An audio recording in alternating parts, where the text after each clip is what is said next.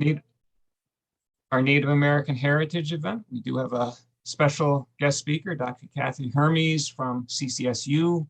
There is a personal relationship here. I don't know if Kathy remembers when we first met. It would have been when you were relatively new, the late 90s. I was teaching part-time at Central, also part-time at Tunxus, and working on my doctorate.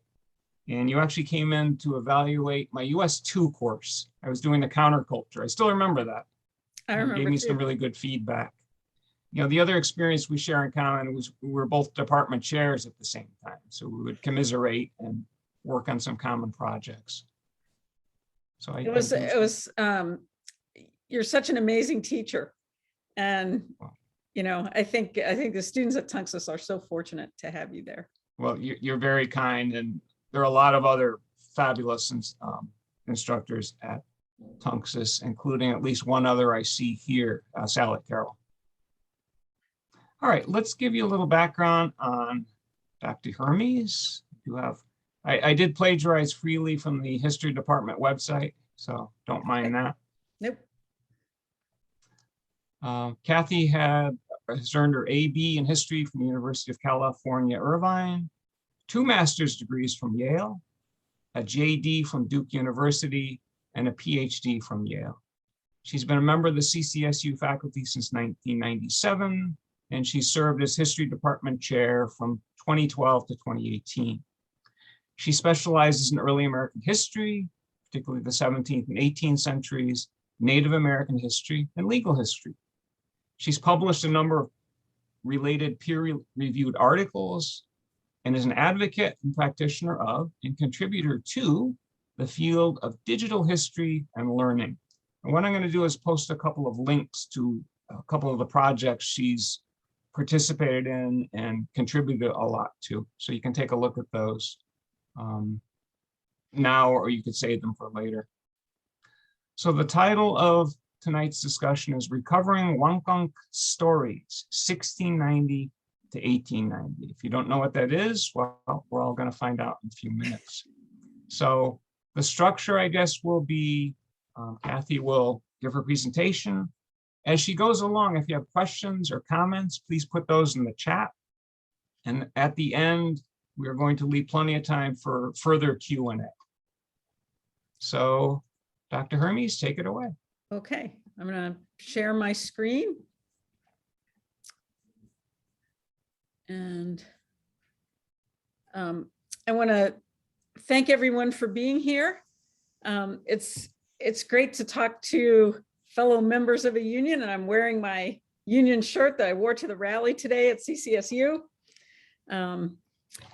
And today I'm going to talk about the Wangunk, who were the people who lived in the area from Hartford down to Middletown, Haddam, a long way, all over Connecticut, really. And I'm going to try to focus on the ways in which they contributed to Connecticut history. In 2018, while I was on sabbatical, thanks to my union contract negotiated by the AAUP, I made a proposal to direct a project commissioned by the Ancient Burying Ground Association in Hartford called Uncovering Their History, African, African-American, and Native American Burials in Hartford's Ancient Burying Ground, 1640 to 1815. It dovetailed with my work on Native people in Connecticut, in particular the Wangunk, who were a large tribe. They settled all along the Connecticut River. They are often marked on maps as the river tribes because there's a misunderstanding really about who they were. The Ancient Burying Ground is a place that pays homage to the English founders. And since the extant headstones are all of white inhabitants, one comes away with the impression that the Puritan colony was a fairly homogeneous society. And nothing could really be further from the truth. Some English colonists from Cambridge, Massachusetts, resettled the Wangunk village of Suckiog, whose sachem Sequasin had invited them. And feeling pressure from the more powerful Pequot, Sequasin and his father, the grand sachem named Sowig, sought an English tribe's friendship and alliance. And we really need to think of the English at this point as simply being another tribe in the area. It was not really dissimilar from the Wangunk relationship with the Narragansett, who were their relatives and friends and allies in Rhode Island. Rather than the shared community that Sequasin seems to have envisioned, though, Hartford became a town ruled by English with inhabitants who were Wangunk, Pequot, African, Dutch, English, and more, and sometimes mixtures of one or more groups. And so when I share these stories about the Wangunk people, whose history is largely forgotten, I want you to think about that Hartford, right? A vibrant place with all kinds of people moving around in it. So here's the map that you often see, and I have crossed out the name that appears on the map at the Hartford, at the point of Hartford, because it says the Seacags or something like that, the Seacags or whatever. And the settlement was called Sukiog, but the name of the tribe was the Wangunk. And the Wangunk, as I mentioned, they went all the way down to Haddam, over to Killingworth.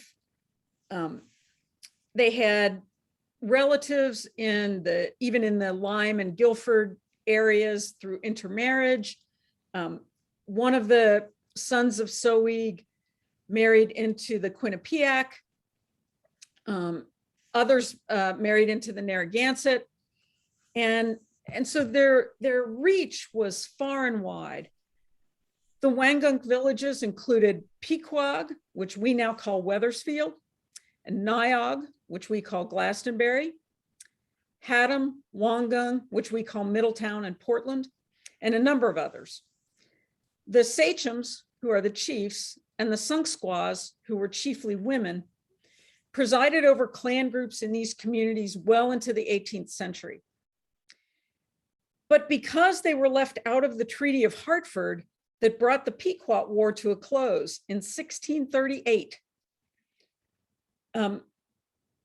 they've been left out of Connecticut history books by and large. And because there were so many villages versus one large homeland with a single powerful chief, erasure began to happen really early. So what I'd like to do is restore the Wangunk to the prominence in Connecticut history that they deserve. This is how people imagine the native English encounter. Let me show you the way through the woods. What a bloody mess, or the Indians are coming, the English are coming. Either way, it's like this conflict. And it was really so much more than that. This is a map of the 17th century village of Hartford, where Sukiog was located. And I've put an orange arrow at the area near the South Meadow, which is primarily where the village was located, very near to the river. And the Wangunk occupied this area almost until 1745. You could see wigwams there. So the first story I'm going to tell you is about the sunk squaw servant, Sarah One Penny the Elder, who lived from about 1640 to 1713. On a May day in 1713 in Hartford, Connecticut, Sarah One Penny the Elder lay on her deathbed. She was surrounded by her three sons, Sienna, Cushoy, and Nanamarus, and her sister Hannah. Mary Whiting, the 25-year-old daughter of Colonel William Whiting, listened to the old woman give instructions for the disposal of her estate. Sarah One Penny told her listeners that all her land in the South Meadow in Hartford, especially a parcel of 3 to 4 acres near the wigwams, should go to her grandson, Scipio. She told her sons to sell a small piece of meadowland in Middletown to pay her debts. And she was a sunk squaw of the Wangunk, a woman of chiefly status and great importance. She was also, and these are not contradictory things in the colonial world, a servant of Colonel William Whiting, and she'd helped to raise his daughter Mary, who stood by her side at this moment. Shortly after Sarah's death, Hannah Onepenny and Mary Whiting appeared in the probate court of Hartford to attest to Sarah's dying wishes regarding Scipio. The Hartford court ordered Colonel William Whiting to oversee Scipio and to take care as guardian that his lands be improved for his best advantage.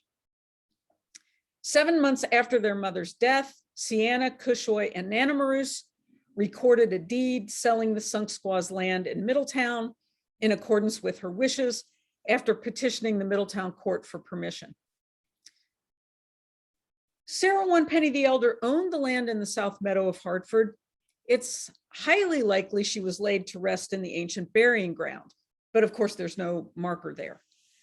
She does not appear on any sexton's list, but as a Hartford landowner and a servant in a Hartford household, it would have been a natural choice for her resting place.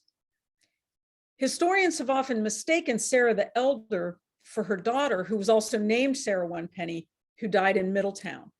And if you're familiar, I don't know how many of you are historians, but if you're familiar with Manwaring's Probate Digest, he mixes them up. He thinks they're the same person. They've also failed to realize that she was the Sunk Squaw mentioned in other documents, but not called by her anglicized name, Sarah.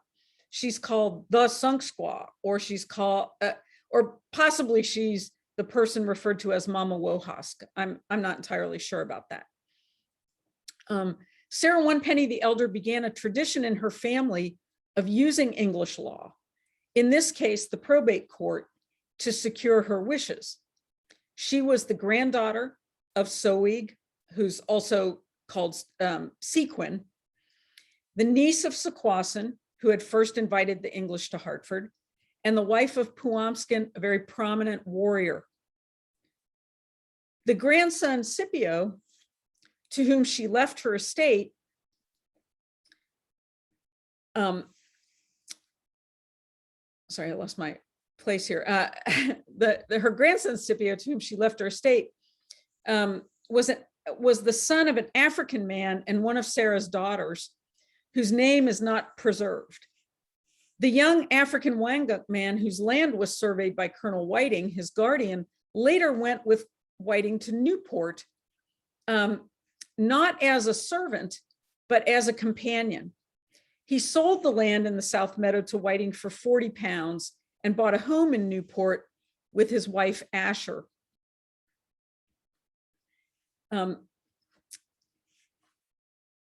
He identified as a Black man in Newport, not as Wangunk, and adopted the last name Brown. So Scipio Brown, like his grandmother, understood the importance of colonial courts. He was probably the most litigious man of color in Newport in the early to mid 18th century. He had over 40 lawsuits in Newport, mainly suing, you'll like this as people in a union, he was mainly suing to get paid or to avoid payment to his creditors. Her action on her deathbed resulted in many of her descendants writing wills to preserve their lands. And so far, I've uncovered 53 probated Native American estates prior to 1900 in Connecticut, 11 of which were of deceased persons related to or known to Sarah Onepenny the Elder. Scipio's use of the law in Newport made him really a center of the Black community. And if we look at so this is a picture of his wife's headstone, where she's identified as the wife of Scipio Brown. And around her are buried the three wives of Zingo Stevens, one of the most sort of famous free men of color in Newport, he purchased his way out of slavery during the American Revolution. And yet all three of his wives are centered around Asher Brown. This focal point in God's Little Acre, which is the segregated section in the Newport burying ground for African Americans, is well tended, and they're starting to mark these stones and clean them up. Something, of course, we can't do in Connecticut. There are no graveyards like this where so many African headstones are preserved, and certainly very few Native headstones.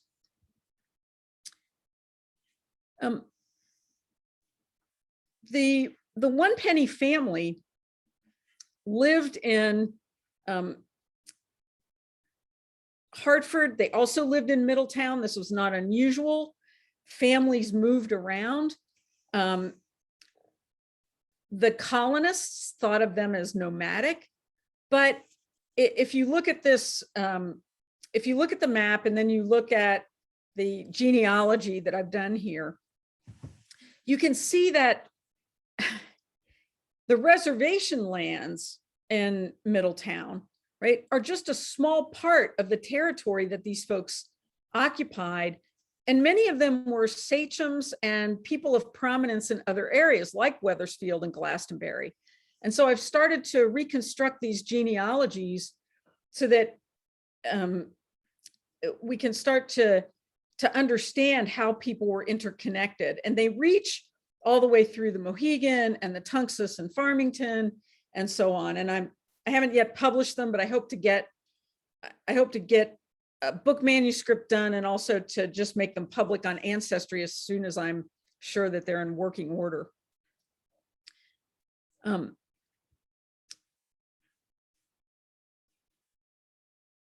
woman who is related to the One Penny family, I believe, right, I'm going to make the argument for this, is my next story.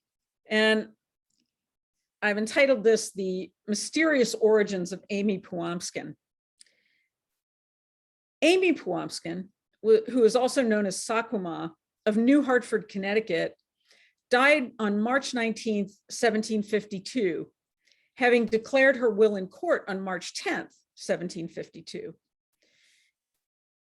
She's another of Sarah One Penny the Elder's legatees. Amy's beloved mother, whom she refers to in this will that you see in front of you, was designated as the sole executor of her estate. Her mother's name was Mary. Amy identified 2 sisters and 1 brother, as well as an uncle, Cornelius Indian, in her will. Her sisters were Christian, AKA Mahonik, and what looks like Paleonis, but I think is Patience, AKA Mawis. Amy's brother, Sunk Squaw, is mentioned in the will. Amy's estate included 12 acres of land and a dwelling house in New Hartford, as well as her movable estate that appears in an inventory taken shortly before her death, shortly after her death, I'm sorry. And Amy's mother, Mary, and her sister, Christian, received the majority of her land and her house, with the exception of 4 acres that she designated for her uncle Cornelius, a section that bordered his own land, and for her sister Patience, who received the contents of the estate, but no land. Church records in New Hartford contain information on baptisms and marriages for those with, quote, no surname.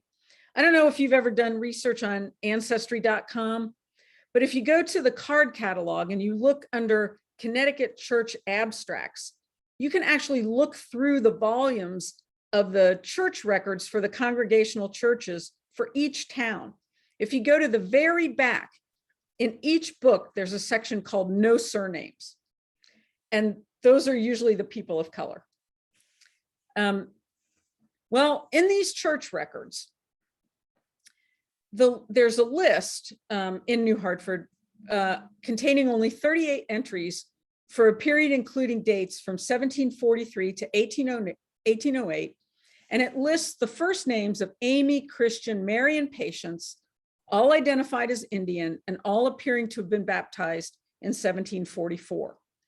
It seems like a good hypothesis that these women were members of Amy Puamskin's family, as mentioned in her will, and that these were adult baptisms. Patience has a second entry in the church records that shows her marrying Samuel Nickel, an Indian, on February 8th, 1759, just 7 years after Amy passed away. Interestingly, a Samuel Indian with no surname identified in this entry appears to have also been baptized in 1744. It's possible that Amy left only the movable estate to a younger Patience who was soon to be of marriageable age. 9 years after Patience's marriage, a petition appeared in Hartford County from Elijah Wampy, Patience Puamskin, and Cornelius Indian to buy and sell lands in Farmington. Cornelius owned a farm with Elijah Wampy in Farmington that's still in existence as a private home, and that's what's in the picture here. That home is still standing, and there was a barn also that went with the estate.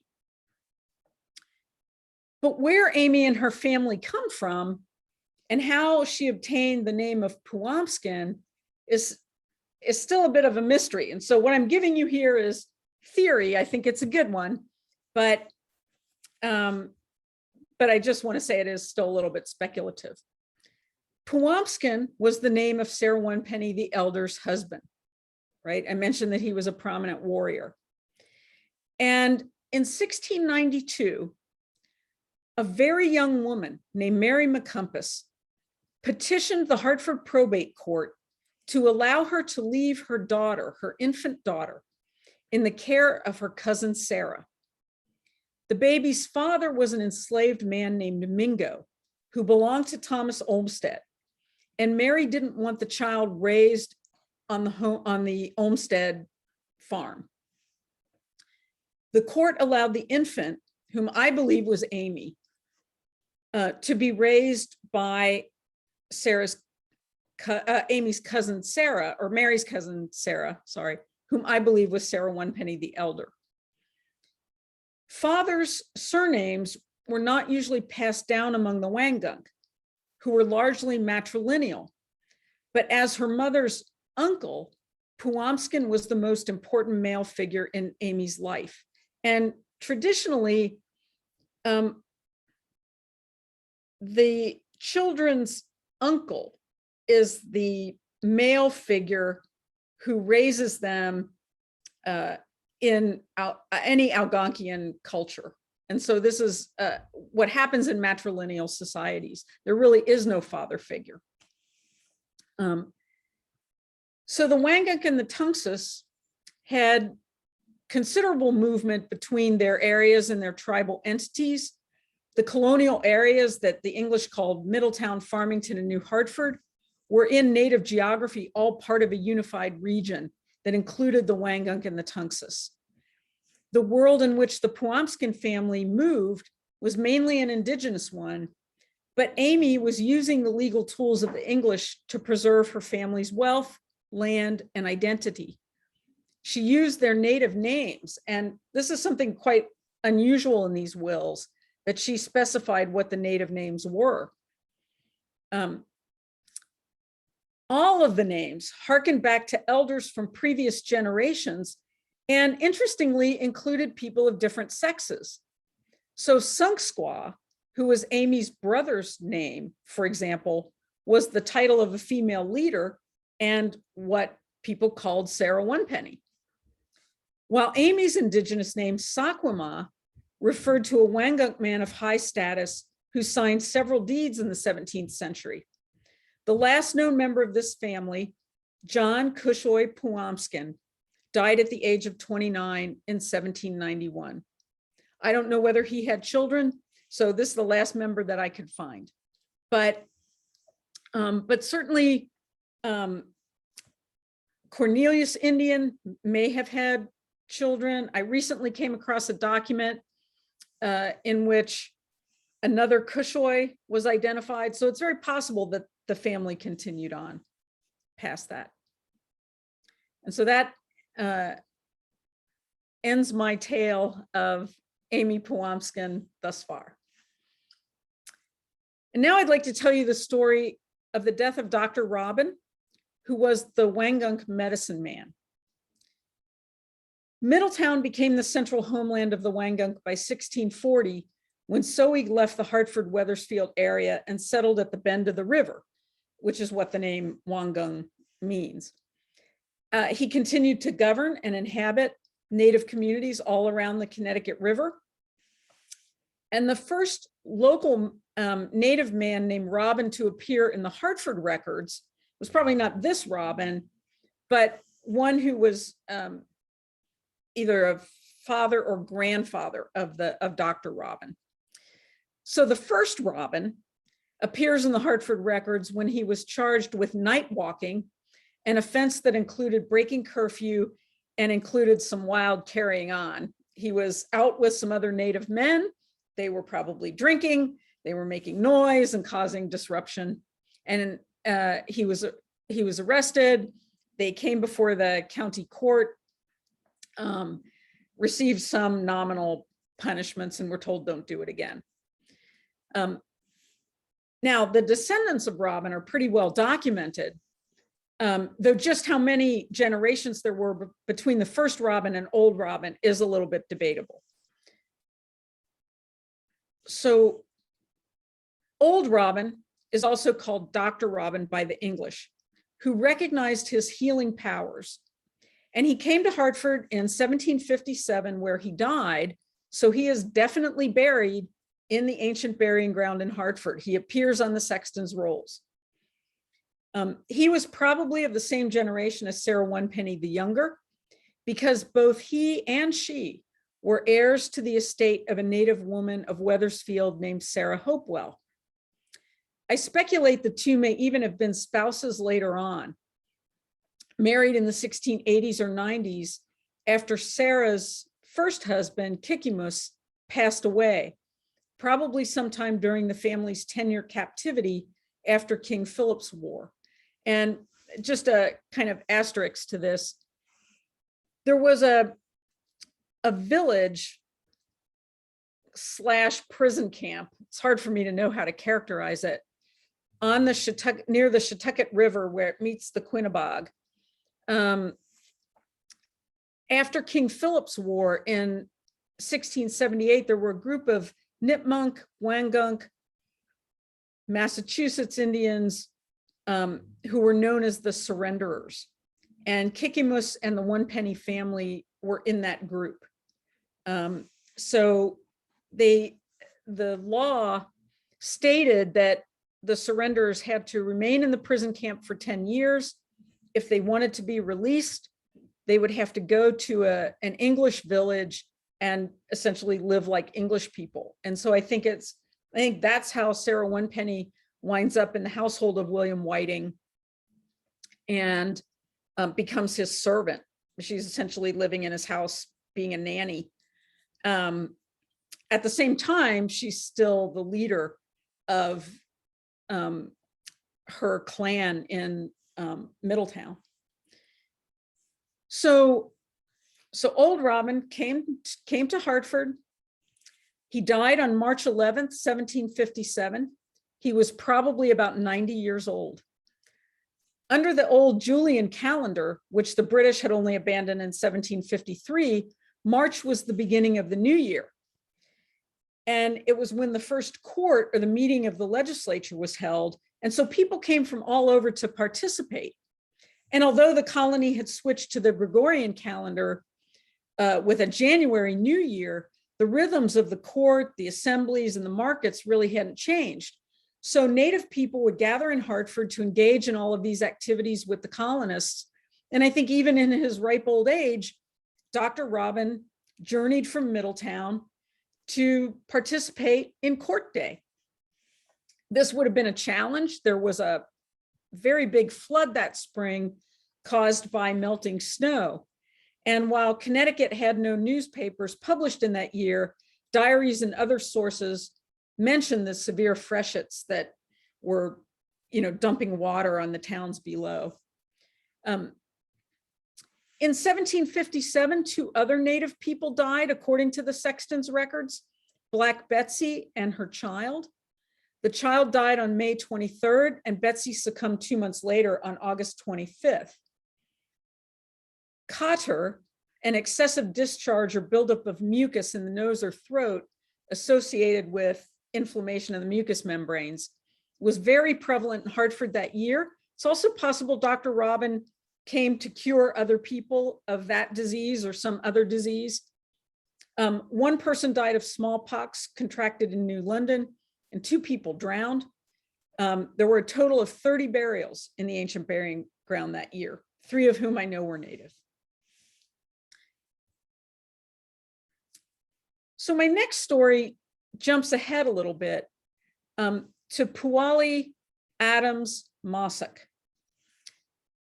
Puali Adams was the daughter of Solomon Adams, who was Quinnipiac, Wangunk, and Tunxus, and Olive Alcombe, who was Mohegan, and the wife of a Tunxus man named Mossack, whose first name is unknown. She was descended from the Wangunk family named Squamp. Her forebear, young Squamp, was hanged by the Connecticut colony for murder in 1711 when he killed another Wangunk man, Mantushus, while attending the market day. Puali was born in the Brothertown community of New York in Oneida country, founded by the great Mohegan minister Samson Occom.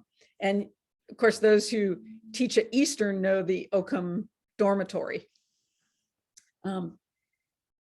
Puali later resided in Marshall, Wisconsin, when the Brothertown tribe was forced to move further west. She was an active member of her community, retained her native language, and was known for her exceptional wood splints and beadings. And so this is a basket, some of the baskets woven by Puali Mossack. One of her baskets is now at the Stanley Whitman House Museum in Farmington. So those of you near Tunxus can go see it. And for a number of years, Puali sought her interest in the family's land in Connecticut. In 1844, she and other Brothertown people from Mohegan, as descendants of Samson Occom, successfully petitioned the state of Connecticut for the sale of their interests in the Occom lot at Montville. From 1846 to 1847, she purchased parcels of land from a number of Occom's heirs, Nelson Paul, Avery Sampson, and George Sampson. And in 1850, she and others asked the Connecticut legislature to sell their shares of Mohegan lands. Now, this may all seem like they're abandoning their native properties, but a lot of these reservation lands were not very well protected. People who lived on them often lived in dire poverty. And so by selling interests in the reserve lands, I think many of them are thinking they can buy more valuable land in the towns or elsewhere where they actually have a chance of farming or engaging in commerce or something that will give them a living. In her later years, she moved to Montville, Connecticut, where she died at the age of 89. Her obituary indicated that she was the last of Samson Occom's grandchildren, but she was certainly not the last of the Mossack line. Another famous Mossack, this one named Henry, was often called the last Tunxus Indian. But Henry had 2 children with his wife, Margaret Chatham, who was from the Lighthouse community in Barkhamsted. So, there's a great book by Gene O'Brien called Firsting and Lasting about all of the first and last Indians in Connecticut and elsewhere. And it really is remarkable how many families are pronounced extinct or they're not Indian anymore, despite the fact that their genealogies continue. So it's a lesson in history that just because people are pronounced extinct doesn't actually mean they are extinct. And in fact, in 1912, when Mercy Nunsuch was interviewed, She said, and I'm paraphrasing here, but something to the effect of, just because I've been declared extinct doesn't mean I am extinct. Henry, interestingly, was falsely imprisoned in the Wethersfield prison for a murder that had taken place in Colebrook when he was a young man, and he was pardoned by the governor. And so he lived quite an interesting life, well documented in the newspapers of Connecticut. The Wangunk today. Family history is currently being kept alive by the Wangunk tribal and family historian Gary O'Neill. And I'm not going to retell any of Gary's stories because they're his and not mine.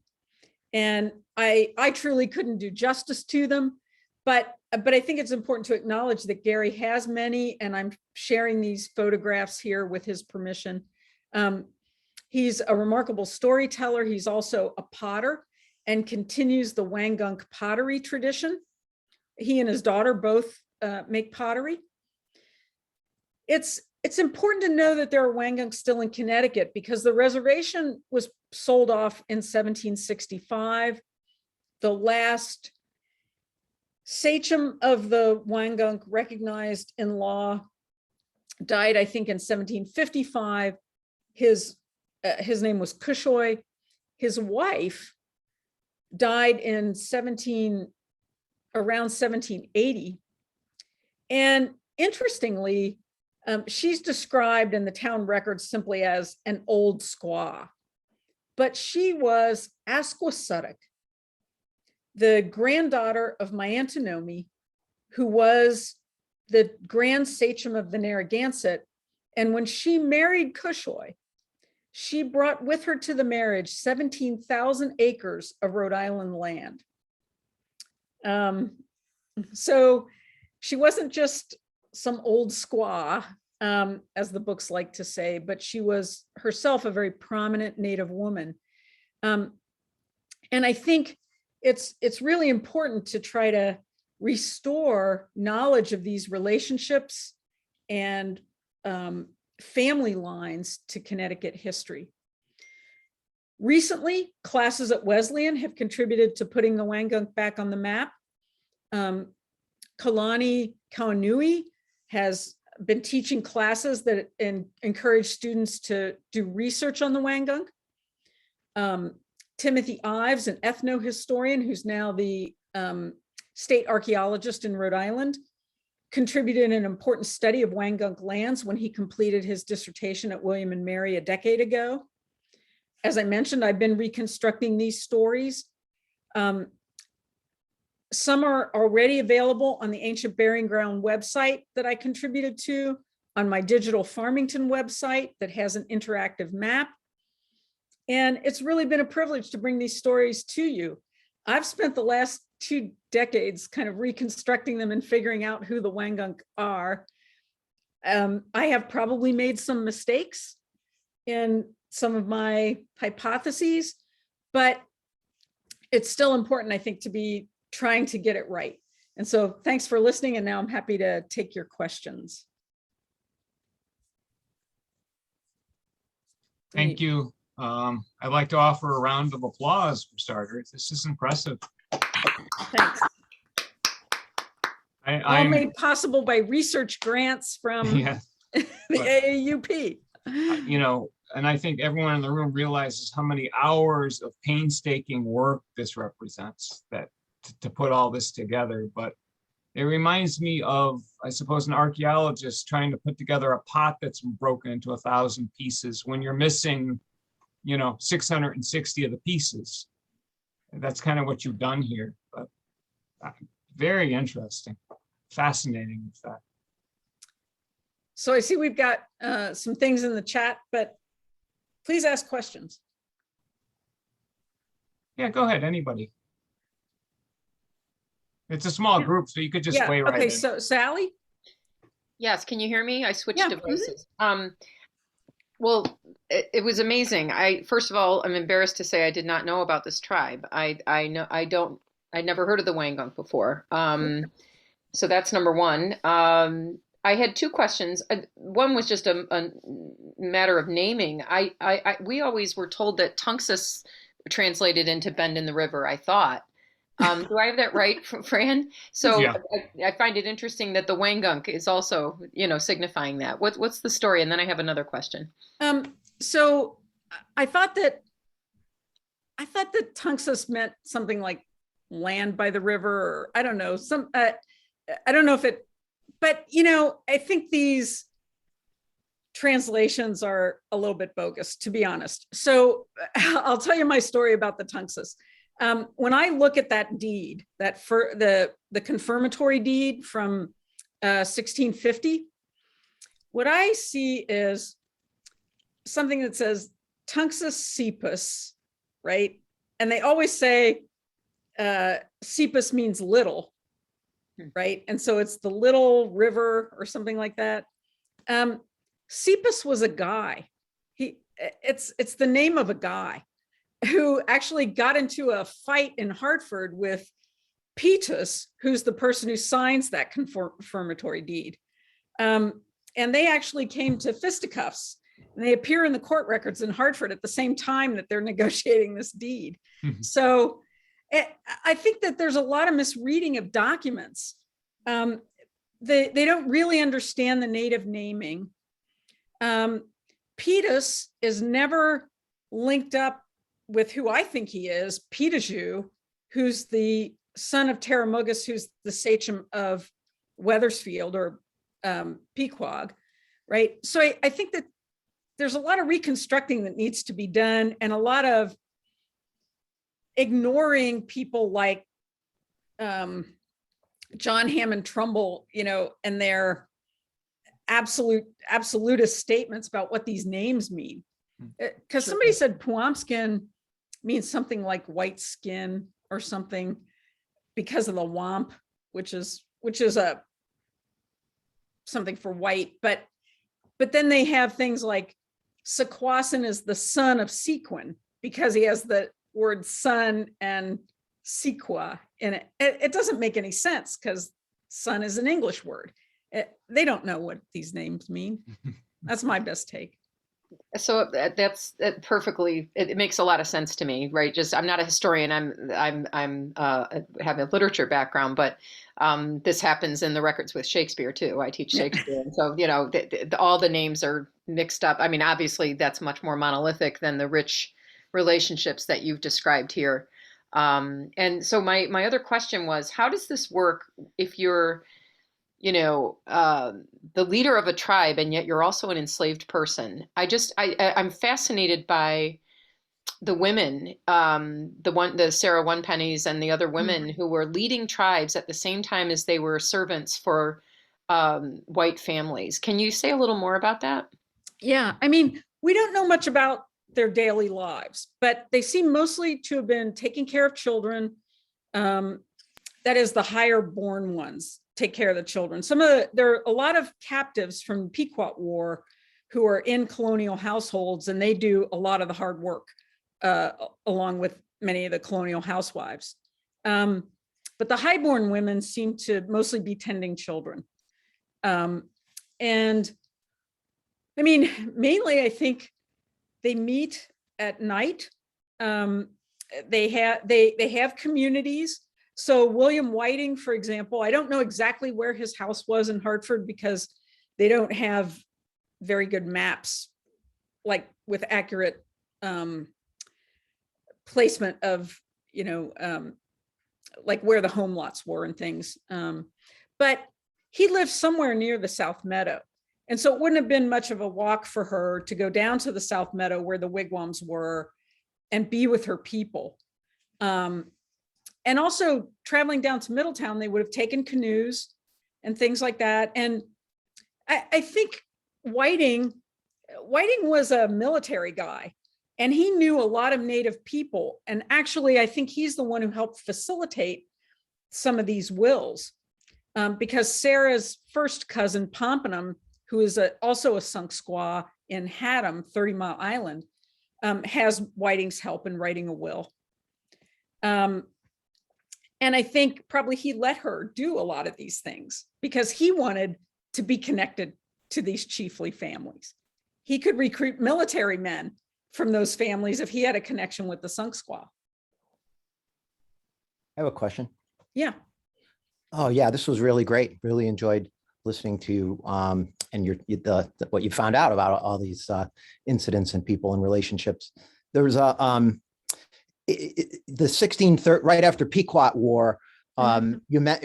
You mentioned, right, the way you characterized, you said these people, you said erased or disappeared, and I'm aware of some work in the Caribbean that looks to the the appearance of these people in the Caribbean. Many from in the wake of the of conquest, and I wonder how I don't know how particular that can be from the perspectives you're going, but I'm here in Middletown as well, and I'm starting to research some of the shipping records. I've had them in mind for a long time. I'm not exactly researching them yet. I still have too much work to do, but I'm going to retire and really actually live with them. But so I'm another Connecticut historian willing to dig anywhere, and looking for connections beyond. That's kind of my thing. Yeah, well, it's interesting. I mean, after the Pequot War, a lot of the males over 12 who survived the war were sold into the Caribbean, and they were sold into Providence Island, which down off the coast of Venezuela, and was a Puritan colony until 1641 when it was abandoned. And then they were also sold in Bermuda and Barbados, I believe. And so those were Pequot captives, but of course, separating the Pequot captives from the Wangunk is difficult. Sequasin had a child with a Pequot woman who was a captive in a Rhode Island household, and she ran away.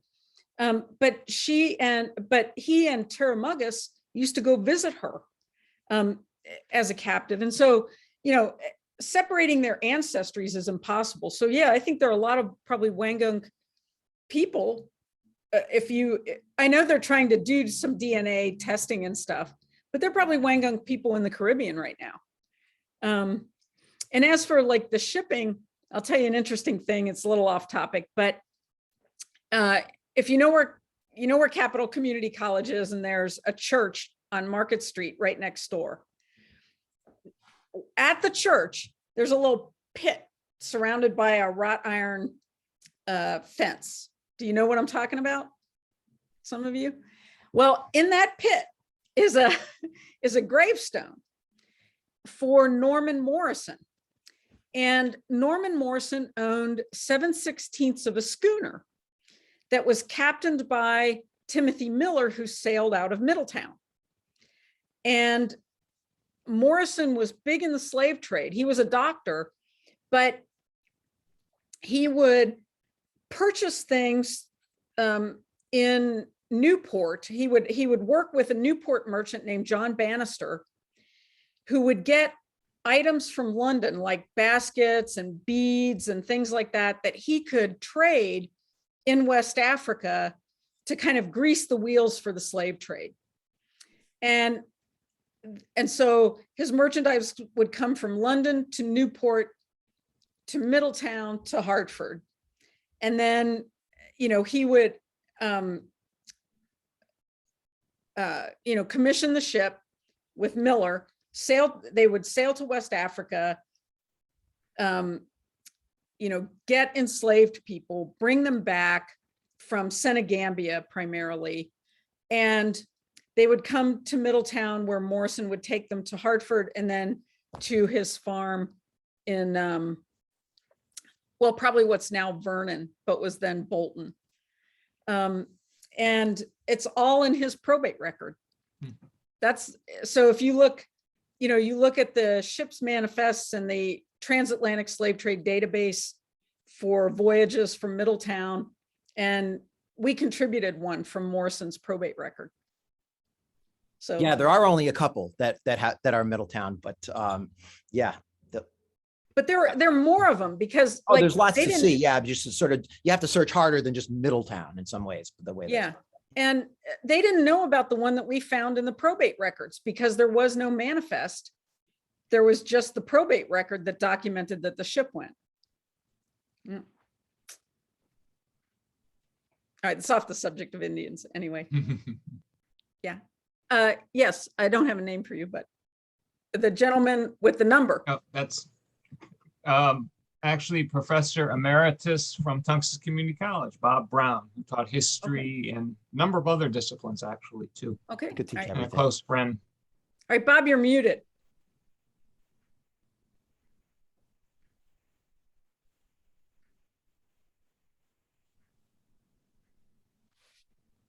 Can Yep, you're still muted, Bob. somebody who controls the mute maybe unmute him? No, Ellen, it can just you says unmute? ask to unmute. It should be in the, if you put your cursor on the bottom of the screen, on your screen, it should show up in the bottom left-hand corner. There should be a microphone and that mutes and unmutes. Showed up. Okay, we there go. you go. Okay, I showed up late and I'm sorry I did. When you say, and I wish I had gotten here early. When you say we, who are we? Who's the group of people who are working on this project? I think it's fascinating. I'm sorry. Yeah, so I had a team that worked on the burying ground project with me, included professor, librarian, and graduate students from CCSU. And if you go to our website, Uncovering Their History, which I think Fran put a link in the chat, Okay, didn't you? Yes, I did. Yeah, that there's a little thing about our team that's in there.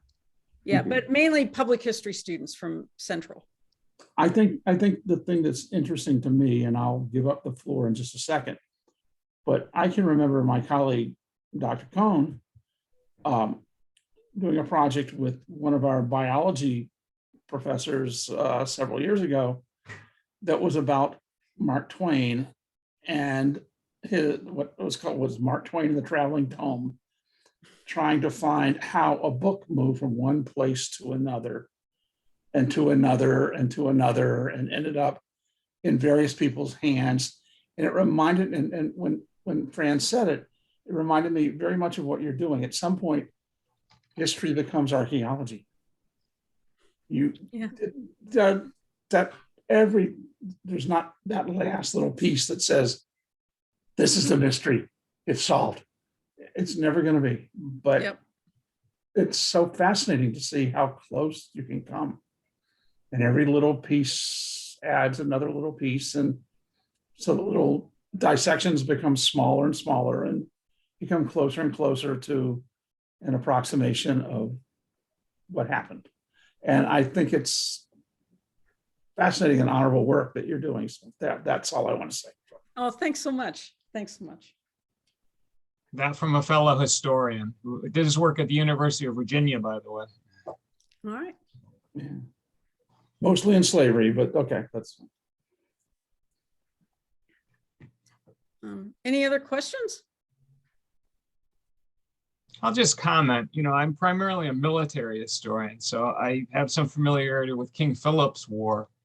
And indeed, the older histories, all written from the English perspective with really no records from the native perspective. I have come across the term river tribes. Mm-hmm. That is what they use. No mention of these people whatsoever. So that is interesting. And if one has a superficial understanding of the history, it is as if King Philip's War broke the power of the Southern New England tribes, which I think is true. Yeah, I But, think that's true. As you're pointing out, it certainly didn't erase these people. They're still there. But it's very hard to find them in the traditional histories. They just kind of disappear at that point. But they were So, I still mean, there. King Philip's is more understood as more like a civil war then, from the point of view of the elimination of, Southern tribal groups versus not sort of another group of colonists, but other tribal groups, right? That sort of reorganized in the course of, settlement and unsettlement. What was that great paraphrase? I think you said, just because I'm dead doesn't mean I'm extinct. Yeah, just because they call me extinct doesn't mean I am extinct. Okay, that's Yeah. okay. I thank you. That I will treasure. It's interesting how few of our students know anything about King Philip or this war either that happened, literally in our backyards. Most of the fighting was not in Connecticut, but Connecticut, as you know, was very much involved in this conflict. It's so funny because, Route 4 is the Wampanoag Trail, right? Yes. Most of them never read that sign or they don't know what it means. That was a bitter, drawn out, bloody, destructive conflict Yeah. on both sides. For a variety of reasons. My wife and I ended up spending yesterday in Eastern Connecticut and staying in a hotel.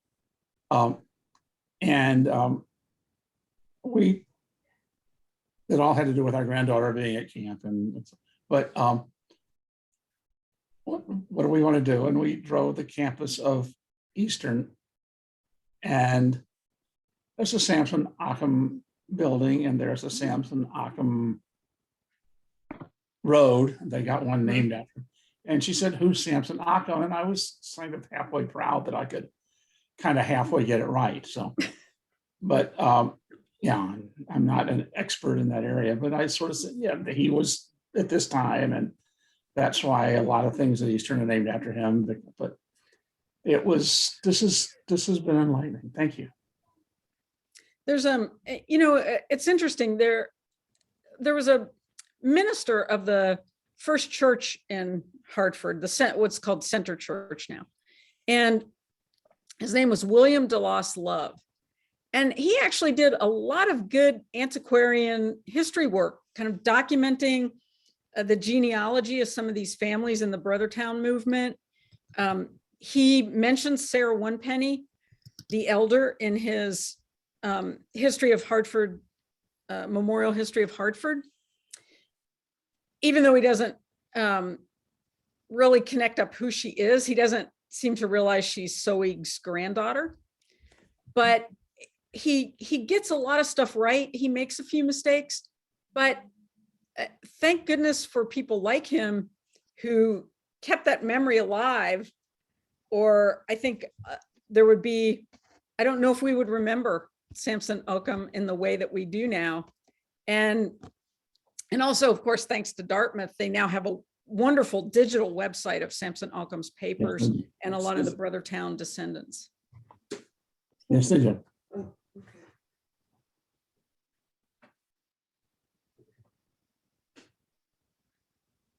Anything else? Any last minute comments or questions? I feel like I'm teaching a class. I'm sorry. I'm still being in my professorial mode. Can't help it. It's 30 years of conditioning. Let me just make a plug for the Uncovering Their History site. We designed it to be used in classrooms, but we didn't provide curriculum. We didn't have time to do that. It was a 3-month project that took us 9 months. And we have a number of stories up there. If anybody is using the site for classes or anything, and you have suggestions about how we could improve it, I'm always open to that. The site has profiles for every person we think is buried in the burying ground who's a person of color, Native or African American. We have ancestry trees for every named person. Sometimes it's just the person, because we literally can't expand it. Sometimes we have expanded it out to as far as we could get in that 9-month period.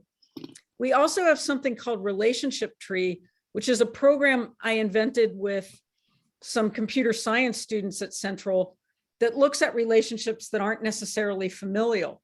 Because in an ancestry tree, you can't put your best friend, you certainly can't document master-slave relationships and things like that. So Relationship Tree can show those things.